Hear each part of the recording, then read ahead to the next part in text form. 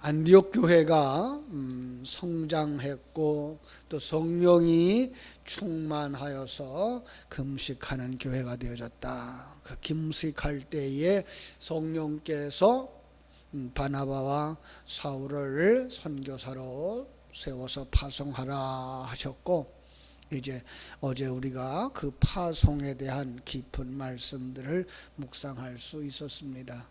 그들은 이제 하나님의 인도하심을 따라서 안디옥을 떠나서 이제 바보에까지 이르렀고, 또 바보에서 바예수라 하는 그 유대인 거짓 선지자, 그죠? 그 바울과의 영적 전쟁을 이렇게 하는 것을 볼 수가 있었습니다. 마치 사도 바울의 그 체험처럼 그도 소경이 되어지는 이러한 기적을 통해서 그 지역의 총독이었던 사람이 예수를 믿는 역사가 일어났다 하는 것이 이제 어제까지의 말씀이었습니다. 오늘은 바울과 그 동행하는 사람들이 또 이제 바보에서 출발해서 밤빌리아에 있는 버가에 도착하는 장면에서부터 이제 시작을 합니다. 말씀을 자세히 보면은요, 이 상황 속에서 두 가지 변화가 일어난 것을 알 수가 있어요. 이제까지 바나바가 주인공처럼 이렇게 나타나고 있었으나 이제부터는 바울이 주인공으로 등장하고 있다는 거예요. 그죠? 마술사 엘루마의 사건 이후에 누가는 여기서부터 바울을 이 전도 사역과 특별히 사도행전의 남은 부분의 주인공으로 이렇게 설정하고 있는 것을 우리는 발견하게 됩니다. 이 사도행전을 기록한 누가는 그의 관점에서 엘루마와의 그 대결에서 승리하고 총독 서기오 바울에게 복음을 전하여 기독교인으로 회심시키는 그것을 볼 때 그는 사역에서의 리더로 이렇게 부상되어지는 것을 보았다라는 거죠. 그리고 두 번째로 우리가 변화가 일어나고 있는 게 마가 요한이 예루살렘으로 돌아가 버린 거죠. 그가 참 도와서 함께 주의 일을 할 만한가라고 생각을 했는데 그가 어떤 일인지 돌아갔습니다. 내용을 우리가 설명해 주지 않아서, 기록하지 않아서 다 알 수가 없지만은 많은 학자들은 그렇게까지 추측을 합니다. 본래 구브로까지만 동행하기로 했던 것 아니었겠느냐. 그러나 이 바울과 바나바가 나중에 이 마가 요한을 또 데리고 가려고 할 때 그 사람 때문에 갈라져서 사역을 하게 되어지는 상황으로 보아서 그 일은 아니었던 것 같아요. 어떤 면에서 또 이제 사촌 바나바를 따라왔는데 바나바가 그 팀의 리더가 아니고 이제 바울 사도가 리더의 역할을 감당하면서 바나바가 소외된 것에 대한 시기나 질투 같은 것으로 말미암아서 불만이 생겨서 돌아간 것 아니냐. 그럴 수도 있을 거예요. 그러나 그보다 더 정확한 것은 아마도 그가 일어나고 있는 삶의 현장의 영적인 전쟁을 보고서 자기가 준비가 부족했다라는 것을 발견하고 참 돌아갔던 것 같아요. 어떤 면에서 용기가 부족했고 그 삶을 전도의 사역에 직면하기에 너무나 연약했던 자라고 생각되어져요. 그래서 나중에 성장했을 때에 바울이 이 마가 요한을 데려오라고 하는 말을 할 수 있었던 것이 바로 그런 면에서 좀 성숙했을 때가 아니었을까라는 것을 볼 때 이때는 바로 그런 영적인 준비가 되지 못했기 때문에 그가 참으로 그 용기 부족한 것으로 말미암아서 감당하지 못해서 돌아갔던 이런 것으로 볼 수가 있습니다.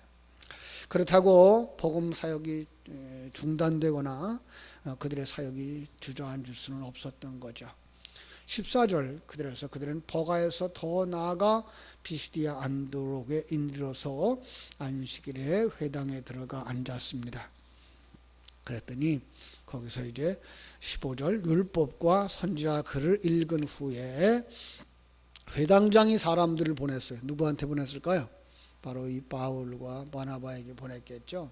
그렇죠? 만일 형제들아 만일 백성을 권할 말이 있거든 말하라.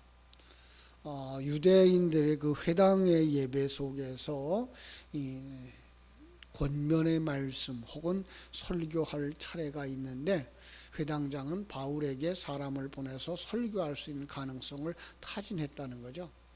어떤 면에서 이것은 하나님이 주신 기회죠. 준비되어진 자에게는 언제나 말씀 전할 수 있는 기회가 주어진다는 거죠. 하나님은 준비되어진 사람을 쓰시는 거죠. 우리 포리교회의 역사 같습니다마는 언덕 위에 이렇게 한 조그마한 교회가 그 교회로 있을 때 이제 신학교를 졸업하고 강도사고시를 준비할 때에 제가 또 우리 동기들에게 그 제가 암송하는 방법을 나눠줄 수 있는 기회가 있었어요. 짧은 기간에 여러 팀을 한번 모았었는데 이렇게 아직 시험 기간이 남아 있으니까 그동안에 배웠던 이제 교회사를 이제 연상법을 통해서 그들에게 나누면서 그들에게 했던 말이 있어요. 야, 어차피 우리의 양이냐 하나님의 양 아니냐. 우리가 그런 만큼 준비되어지면 하나님이 우리에게 그런 만큼 쓰시지 않겠느냐 라고 이제 늘 그렇게 의견을 나누면서 공부를 같이 했는데 하나님께서 정말 이렇게 우리 교회를 세워주셨고 키워주신 것을 볼 수 있고 이제 벌써들 은퇴하는 이런 친구들도 생겨나는 걸 볼 때 그동안의 사역들을 이렇게 살펴보면서 하나님은 정말 그 사람이 준비되어진 것만큼 쓰시더라. 그 사람의 그런 만큼 쓰시더라 라고 하는 것을 우리가 다 같이 고백할 수 있게 되었습니다. 그렇습니다. 하나님은 오늘도 준비되어진 사람을 반드시 쓰십니다. 그리고 그 사람의 그런 만큼 쓰십니다. 꼭 기억하시고 우리가 남은 시간도 하나님 앞에서 잘 준비되어지면 하나님께서 준비된 자를 쓰신다는 사실을 우리가 체험하게 될 줄로 믿습니다. 이 16절부터 이제 31절까지가 바울의 설교거든요. 16절에 보니까 바울이 일어나 손짓하면서 말합니다. 이스라엘 사람들과 및 하나님을 경외하는 사람들아. 일어났다는 것을 여기서 특별히 강조하고 있어요. 유대인들의 설법은 아마 앉아서 했던 것 같아요. 그런데 바울 사도는 자리에서 일어나서 아주 열정적인 운변가의 모습을 보여주고 있는 거죠. 서두에 이제 그들의 자신들이 누군가를 다시 한번 돌아볼 수 있도록 이야기를 합니다. 이스라엘 사람들이라는 거죠. 당신들은 이스라엘 사람들이라는 거죠. 하나님의 택함 받은 자들, 하나님의 부름 받은 자들, 그리고 이제 강 건너온 자들, 이런 의미예요. 다시 말하면 세례 받은 자들, 이런 의미도 있는 거죠. 그렇습니다. 더 나아가서 그들은 이방인 중에서 개종한 사람들, 그 개종했던 사람들 가운데서는 뭐라 그래요? 하나님을 경외하는 사람들이라고 말하는 거죠. 그죠? 그러면서 이제 복음을 펼칩니다. 17절부터 22절까지 먼저 보겠습니다. 처음에 언급된 메시지가 구원의 약속이죠. 바로 17절에서부터 22절까지인데요. 출애굽한 이야기, 광야에 40년을 거친 이야기, 그리고 가나안 족속을 멸하고 그들을 거기에 정착해 하신 하나님의 역사, 그들이 사사시대를 건너서 왕정시대로 넘어가면서 그들이 왕을 구했던 이야기, 그리고 사울을 패하시고 다윗을 세우셨던 이야기까지를 이렇게 17절부터 22절까지 말씀하고 있는 것을 볼 수가 있습니다. 하나하나 조목조목 생각해 보면은 그렇습니다. 애굽 땅에서 나그네 된 백성들, 그죠? 죄인의 모습이죠. 400년 동안 애굽에서 살았어요. 그죠? 자, 17절 한번 볼까요? 이 이스라엘 백성의 하나님이 우리 조상들을 택하시고 애굽 땅에서 나그네 된 그 백성을 높여 큰 권능으로 인도하여 내셨다라고 말씀하고 있어요. 그죠? 인간의 모습, 더 나아가서 그들은 애굽인의 모습이죠. 40년 동안, 아니 400년 동안 애굽에 있었기 때문에 그들은 완전히 애굽인화 되어진 것을 보죠. 이것이 우리의 모습이죠. 하나님의 택함 받은 자들이라고 말하지만 우리가 이 세상을 살아가는 동안 완전히 세상 사람들이 되어진 거죠. 이걸 뭐라 그래요? 사단에게 먹힌 자들, 세상의 사고에 길들여진 자들, 세상적인 가치관만 보고 살아가는 자들이 되어진 거죠. 그런데 하나님 거기서 그들을 건져내시는 거죠. 그죠? 광야에서 약 40년간 그들의 소행을 하나님이 참으셨다. 40년간 구원의 과정이죠. 그죠? 이스라엘 백성들의 그 부정적인 모습을 지적하면서 그럼에도 불구하고 하나님은 오래 참으셨다. 구원의 과정, 우리들의 신앙생활의 과정도 하나님이 오래 참아주심으로 말미암아서 완성되어지는 거죠. 그죠? 우리가 또 넘어지고, 그죠? 하나님의 생명의 말씀 주셨는데 그거 붙잡고 사는가 하면 또 넘어지고, 하나님을 왕으로 섬기는가 생각하면 또 자기가 왕이 되어지고 판단자가 되어지고, 그때마다 하나님이 심판하셨다면 우리는 구원에 이르지 못했을 거예요. 여기에 오지 못했을 거예요. 그러나 하나님은 오래 참으시고, 지금도 참으시고 계셔요. 우리들의 구원을 위해서. 그렇죠? 뿐만 아니라 가나안 땅 7 족속을 멸하시고, 가나안 정복이죠, 그들을 거기에 정착해 하셨습니다. 그 기간 역시 400년의 시간이었다는 것을 이야기하죠. 그렇죠? 그 사사시대 지나서 사무엘이 사역을 마치기까지 사사시대죠. 그 후에 왕을 구했다 그들이. 그래서 베냐민 사람 기스의 아들 사울을 왕으로 세웠다. 40년 동안 또 왕으로 됐죠. 이게 어떤 면에서 사사시대의 요약이라고 볼 수가 있어요. 자기가 왕된 자들, 자기 기쁜 대로 살아가는 자들, 이게 사울의 모습이죠. 하나님이 그들을 폐하시고 거기에 왕다운 왕을 세우시는 것이 바로 이스라엘 백성들의 모습이죠. 왜 하나님이 사울을 폐하시죠? 참으로 그들이 사사를 요구했던 것부터 우리가 설명할 수가 있는데요.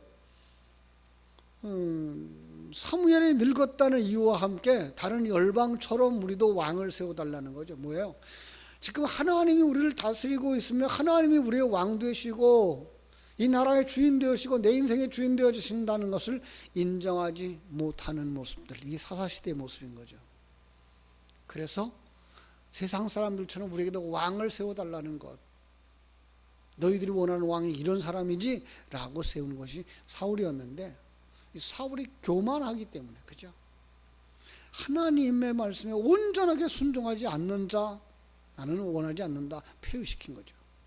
그리고 하나님이 다윗을 세웠는데 어떤 사람이에요? 마음에 합한 자라, 이렇게 말씀하고 있습니다. 그죠?